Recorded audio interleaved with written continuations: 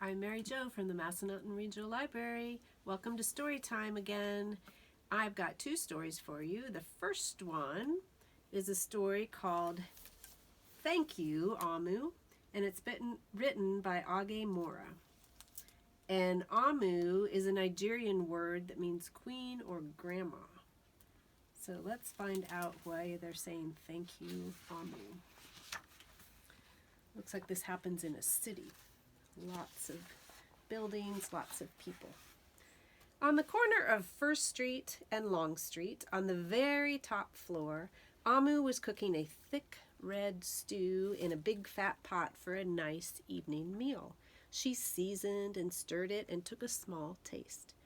"What a delicious stew," Amu said. "Tonight's dinner will surely be the best I have ever had." With that, Amu put down her spoon and went to read a book before supper. As the thick red stew simmered on the stove, its scrumptious scent wafted out the window and out the door, down the hall, toward the street, and around the block until... Knock, knock, someone was at the door. When Amu opened it, she saw a little boy. "Little boy," Amu exclaimed, "what brings you to my home?" "I was playing with my race car down the hall when I smelled the most delicious smell," the little boy replied. "What is it?" "Thick red stew." Stew," he sighed. "That sure sounds yummy." Amu thought for a moment. She was saving her stew for dinner, but she had made quite a bit. It would not hurt to share. "Would you like some?" The little boy nodded. And so Amu spooned out some thick red stew from the big fat pot for her nice evening meal. "Thank you, Amu," the little boy said, and went on his way. With that, Amu closed the door and went back to her book. As she read, her thick red stew's scrumptious scent wafted out the window and out the door, down the hall, down the hall, toward the street, and around the block until someone was at the door. When Amu opened the door, this time she saw a police officer. "Miss Police Officer," Amu exclaimed, "what brings you to my home?" "I was on duty down the street when I smelled the most delicious smell," Ms. Police Officer replied. "What is it?" "Thick red stew." "Ah, stew," she said, and her mouth watered. "That sounds mighty tasty." Amu thought for a moment. There was still enough to share. "Would you like some?" The police officer nodded. Once again, Amu spooned out some thick red stew from the big fat pot for her nice evening meal. "Thank you, Amu," the officer said, and went on her way. And so, for the second time, Amu closed the door and went back to her book. Sure enough, as she read, her thick red stew's scrumptious scent wafted out the window and out the door, down the hall, toward the street, and around the block until... Again, someone was at Amu's door. This time, when she opened it, she saw a hot dog vendor. "Mr. Hot Dog Vendor," Amu exclaimed, "what brings you to my home?" "I was selling my hot dogs down the block when I smelled the most delicious smell," Mr. Hot Dog Vendor replied. "What is it?" "Thick red stew." "Ooh, stew," the vendor licked his lips. "That sounds quite delectable."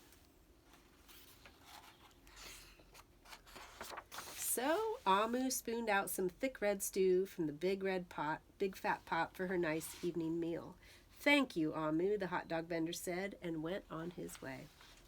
Throughout the day, people from all across the neighborhood knocked on Amu's door. She fed a shop owner, a cab driver, a doctor, an actor, a lawyer, a dancer, a baker, an artist, a singer, an athlete, a bus driver, a construction worker. Even the mayor stopped by. And each time they knocked, Amu shared. Soon the sky darkened, the streetlights brightened, and it was finally time for dinner. But when Amu opened her big fat pot of thick red stew for her nice evening meal, it was empty. Amu sniffled. "Oh, there goes the best dinner I ever had."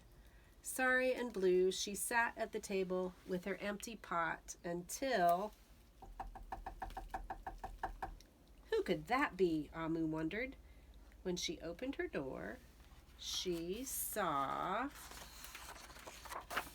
the little boy, the police officer, the hot dog vendor, the shop owner, the cab driver, the doctor, the actor, the lawyer, the dancer, the baker. Why, everyone she fed today was at her door. I'm sorry, everyone, Amu sighed. My thick red stew is all gone. I have nothing left to share. The little boy tugged at Amu's sleeve. Don't worry, Amu, we are not here to ask. We are here to give. The police officer carried in a fresh salad. The mayor entered with the roast chicken. The baker brought a collection of sweet goodies. Even the little boy presented Amu with something special in a shiny red envelope. Everyone who had knocked on Amu's door that day squeezed inside her tiny apartment, and together they ate, danced, and celebrated. While Amu's big fat pot of thick red stew was empty, her heart was full of happiness and love.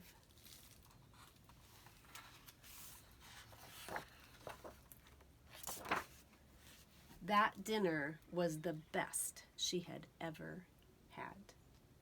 And you see what was inside that red envelope that the little boy bought? It was a note that said, "Thank you, Amu." And that's the end. So I've got one more story. And this one is about things that we might be thankful for. I bet you've been talking about that a little bit. Some things that you might say thanks for. This one is actually written in Spanish and English. It's called Gracias, Thanks. And it's written by Pat Mora. And the pictures are by John Parra. I'm just going to read it in English today, I think. But let's see what things this little boy says thanks for. For the sun that wakes me up so I don't sleep for years and years and grow a long white beard. Thanks.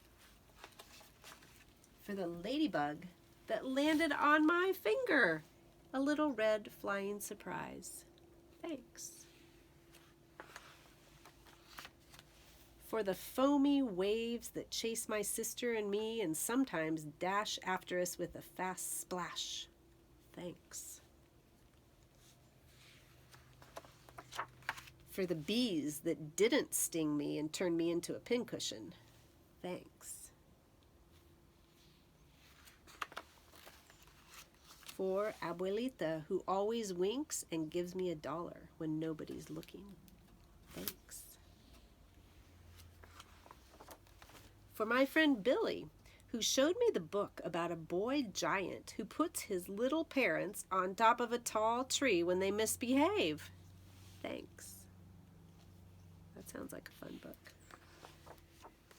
For the worms that brought the big fish to tug on my line.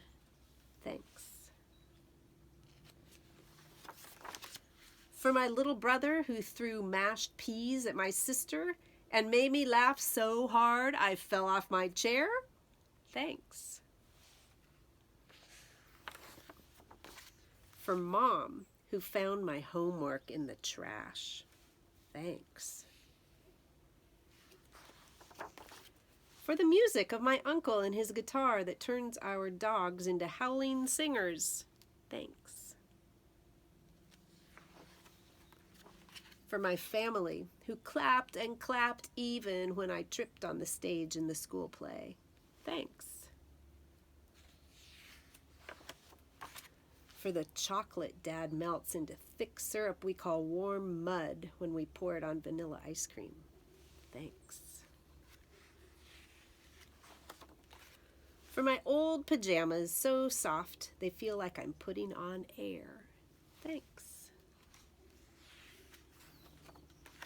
For the cricket hiding when he serenades us to sleep. Thanks. So he has lots of things to be thankful for. And at the end, there's a little note from the author, Pat Mora. She says, "Dear reader, what are you thankful for? Your pillow? A dish of macaroni and cheese? A special place? A special person? I'm grateful for the hills and mountains of the high desert, my family and friends, and readers like you. I'm grateful for my home that has plenty of books in it, and for my kitchen where I like to make soups, lemon bread, and chocolate chip cookies. Listing what I'm thankful for always makes me happy. I hope your family, class, and group of friends enjoy chatting about the large and small pleasures in your lives. Keep the circle of giving thanks growing. Pat Mora. So maybe you can talk about some of the things that make you say thanks. And that's the end. I hope you have a great Thanksgiving, and I will see you next month. Bye.